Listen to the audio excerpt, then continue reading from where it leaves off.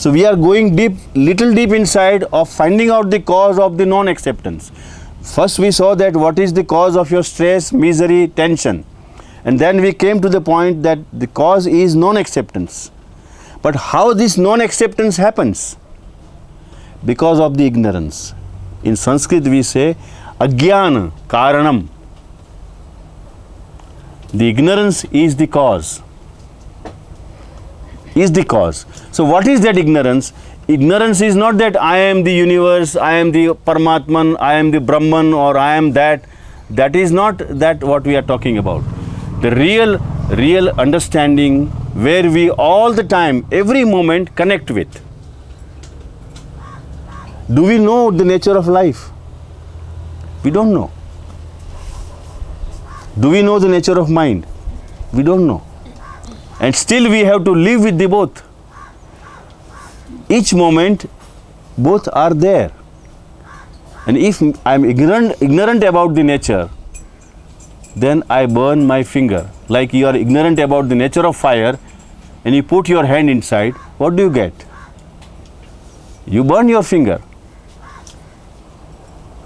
Understand the nature. Wherever you are dealing with any expression of life, if you have the understanding of the nature of that expression, you will not get the reaction which is the pain, which is the burning.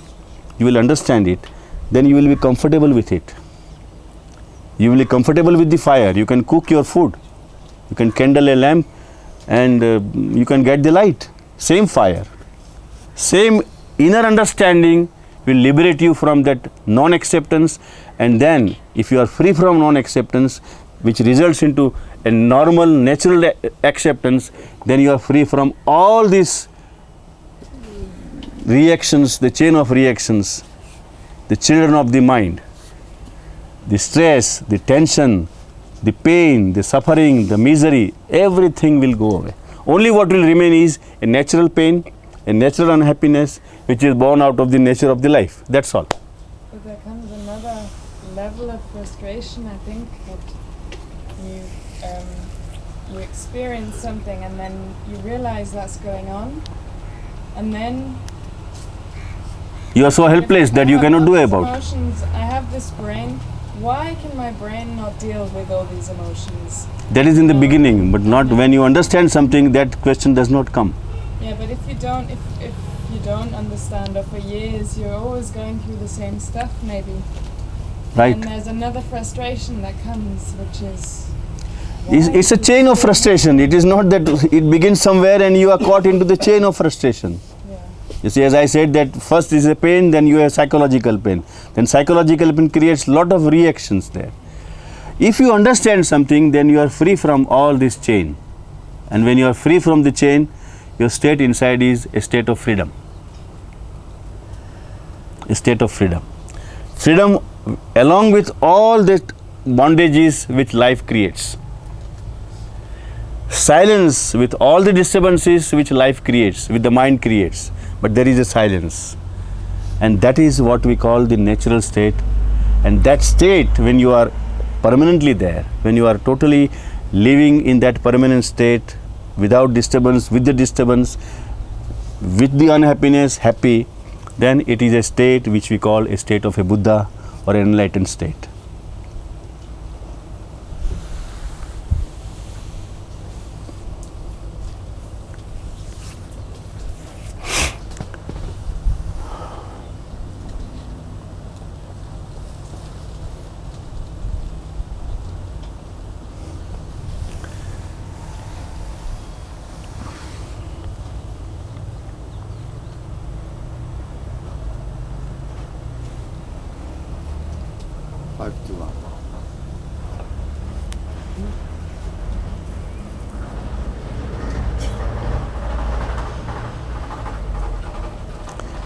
Yeah, if there is some confusion, please come out with it.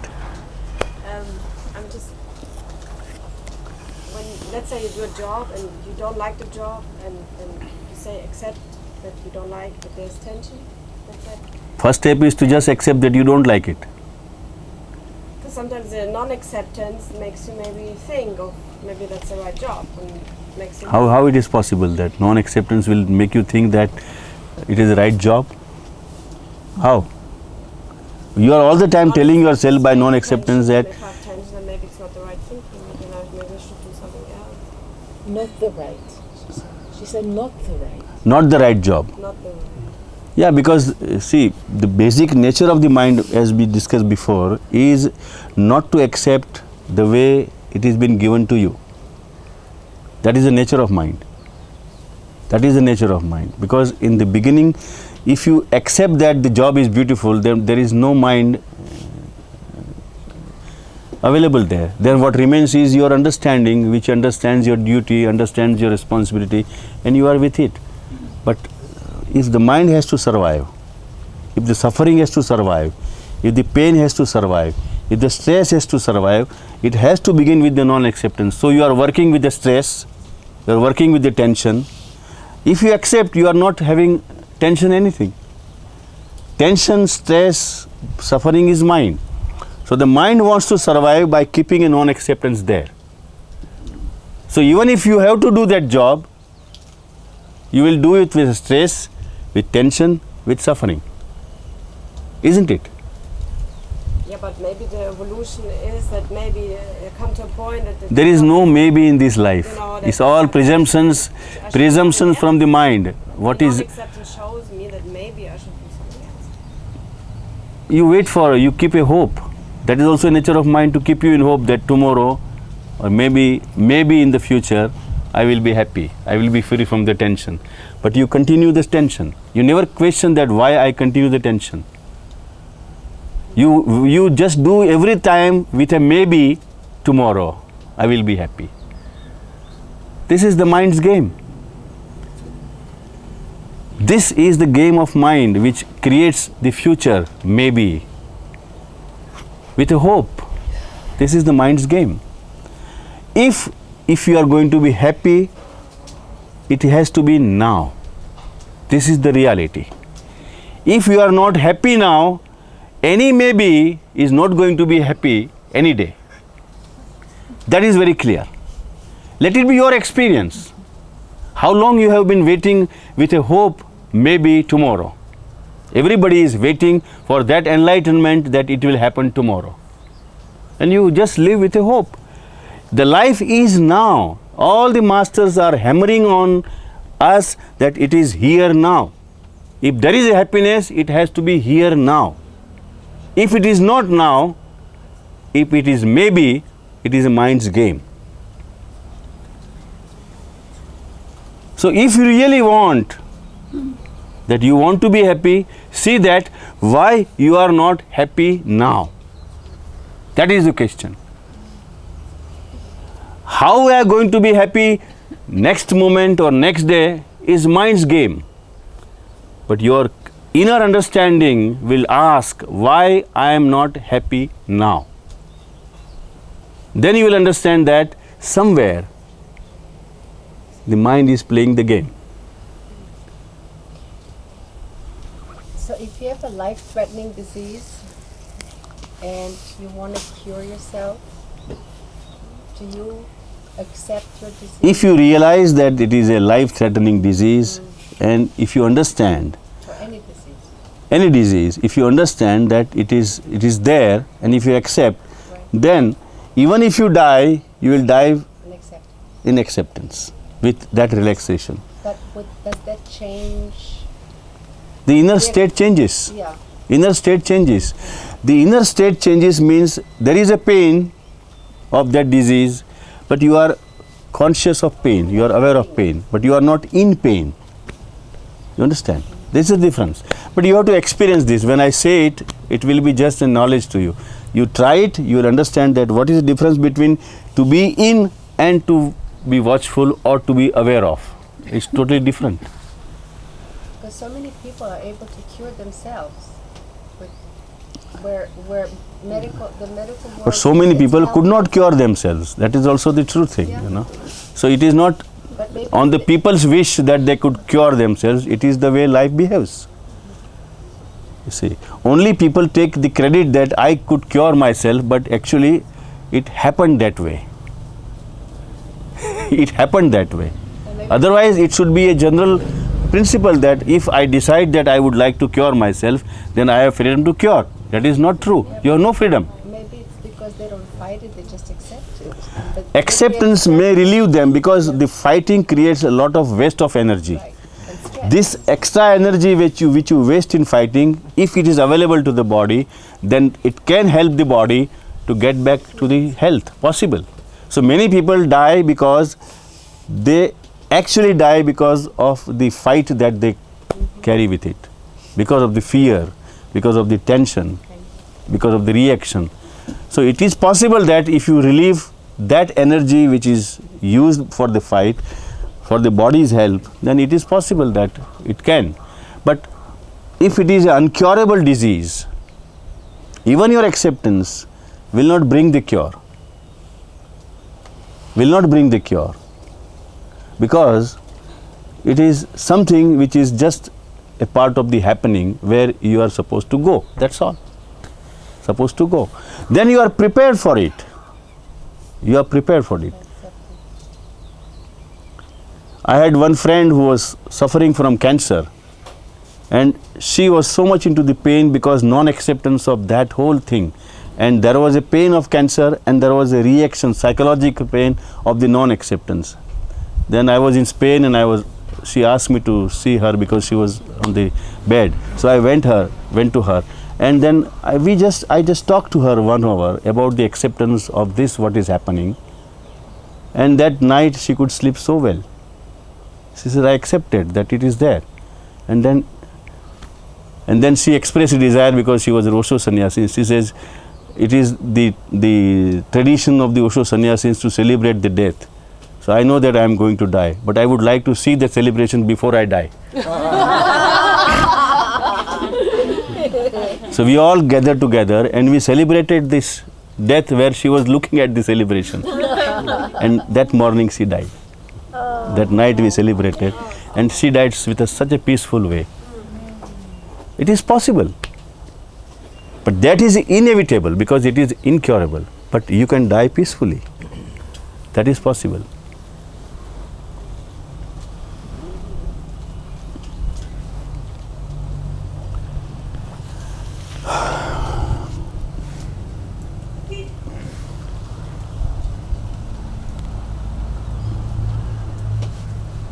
Krishna, you were there at that time? Krishna क्या Spain है वो No, you did not. Krishna नहीं होता With Satyana we went there.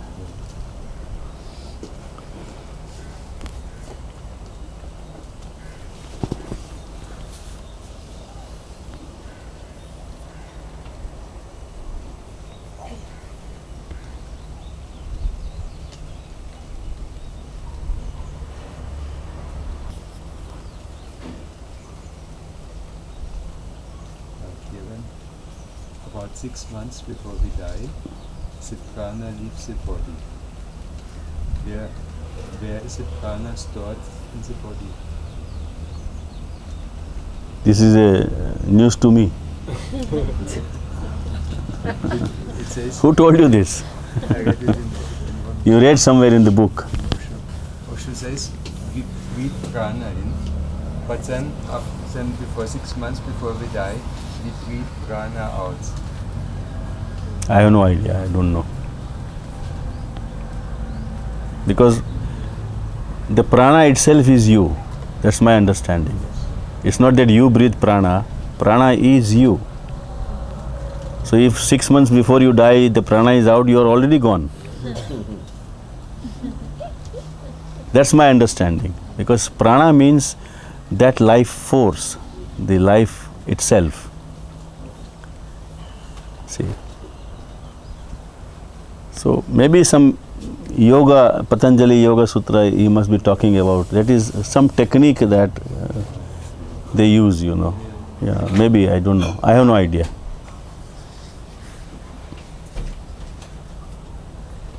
But how do you verify it? See, if you verify, then it is very easy to know your date of death. That now 6 months after I am going to die.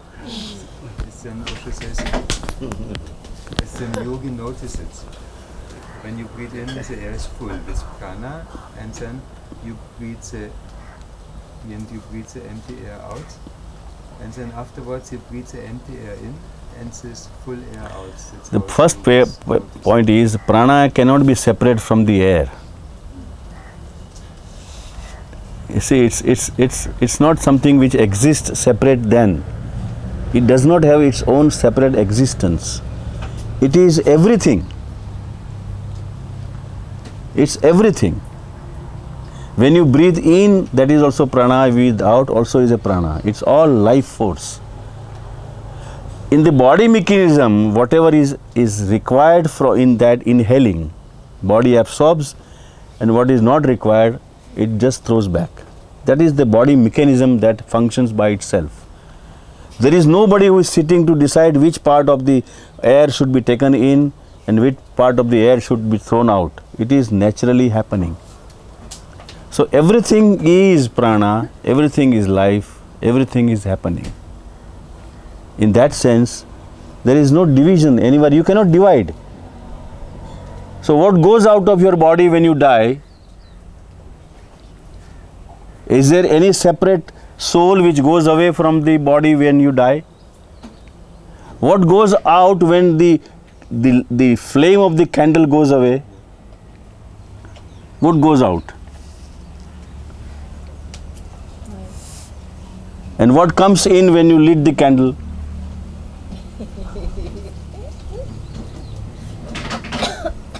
It's together. It's together. But if you dissect scientifically, then the oxygen, the carbon dioxide, the thing that burns inside, this you can dissect. But actually, you cannot find that separate from the all that is expressed. It is not possible. Maybe that's my understanding. What Osho was saying, maybe you can give me the book, I can read, because you are just quoting one sentence of it without giving a reference to context, because it has somewhere a scientific understanding. We have to find out. But as for my knowing level, I don't see any difference.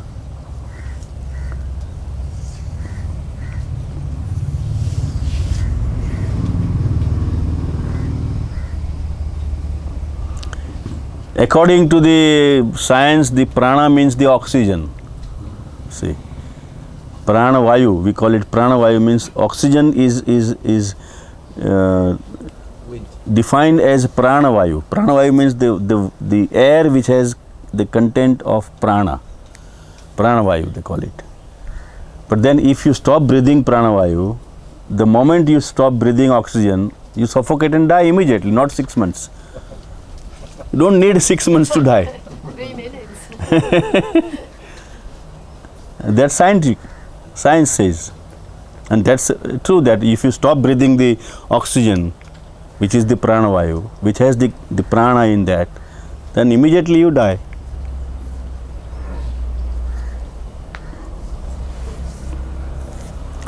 There are certain things which is said into the scriptures which is still not clear, because unless you reach to that level of understanding from where these people were looking and speaking, what they have understood with what they have known, it is rather difficult to translate the words.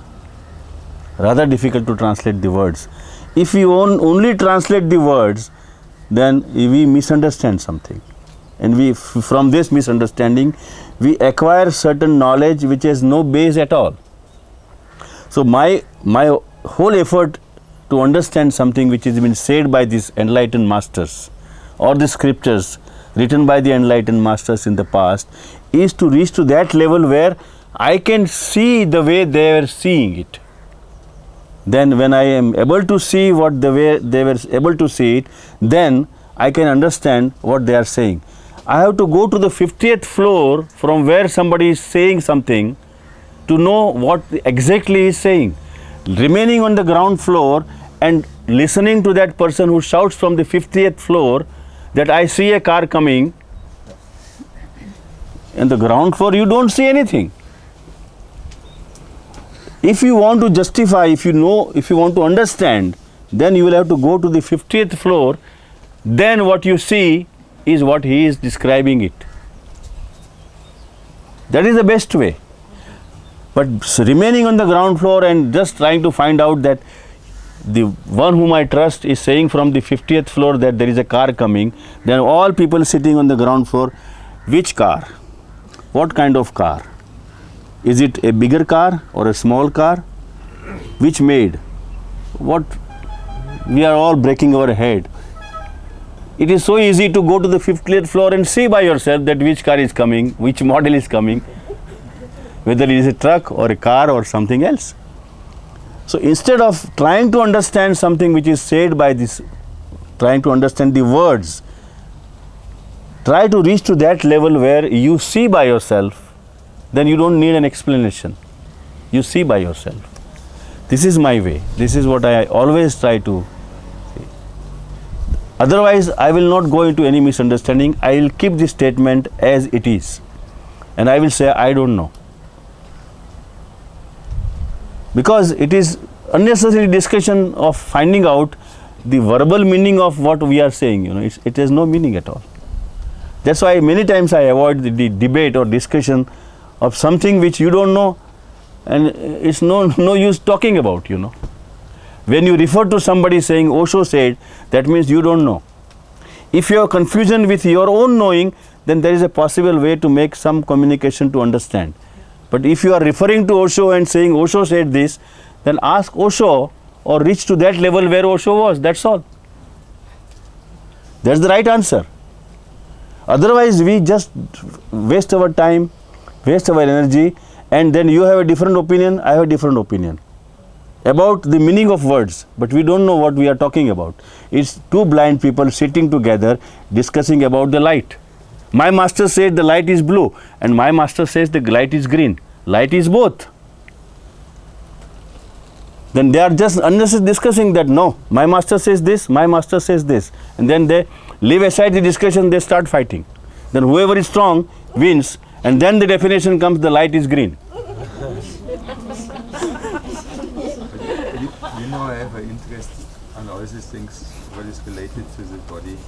And I know, but then just I am giving you a little pinch there, that reach to that level where you see by yourself, you understand by yourself. The moment when you drop the dependency on anybody's knowledge, that is the day of freedom. What Osho said, what Patanjali said, or what anybody said is not important to me. What I see is important to me.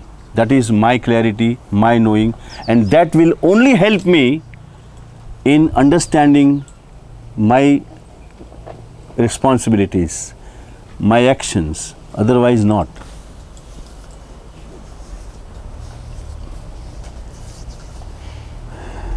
That is why when I am saying to you, don't accept blindly. Don't accept blindly because I say it. I am also telling you that let it be your knowing. Let it be your knowing. Because the moment because the mind has this habit of just capturing something, holding something. This is the nature of mind, because you have not to do anything. Oh, I got it. So what? You are still blind. One single knowing of yours is more than any 1,000 books of knowledge, Let it be your knowing. And that capacity the life has given to everyone to know, everyone to understand. And that is not for the chosen people, that only they can understand, they can know. Everyone can climb by the steps to the 50th floor and see by themselves. It is available to all. It is not that some chosen people have only entry there and no entry to the other. No, it's not like that. Life is open to all. Life is available to all. And life is experiencing through all. If one Buddha can, why not me? That is the important factor. See, and that should be your inner pain. Inner pain should be there, that why not me? Why should I all the time walk with a stick and hold somebody's hand? That should be the pain. If that pain goes so strong, then there is a possible way to find out how to reach to that point. Instead of reading the books, read these books of nature. Listen to the birds. Understand that instead of just putting yourself with a microphone and listen to the Osho cassettes. It will not help you. Something will help you is your own availability to that life which is now. Your own clarity, your own understanding. A very little understanding, even that happens, it will help you more than any books or anything that you listen. That should be your approach. And if you have that approach, then there is nothing that can stop you to reach your own natural state, where Buddha was, where Osho was, and all the enlightened master was. There is nothing can stop you. That should be the inner force, the inner pain, inner longing. If it is there, you see the sky is the limit. You can fly. Thank you very much. One more question, Kiran. And what is the function of a master or you? You are on 50th floor. So how, like you are telling, it is blue or green? If at all you ask what is the help from the master, is because you are standing on the ground floor and the master has already reached to the 50th floor, and because you don't know the door where the steps are, you ask and shout to the master that please tell me, I would like to come there, tell me where is the door to come up. Don't ask the description of the car, that which car is coming. Ask where the door is. This is the right way. I am just telling you where the door is. It is there.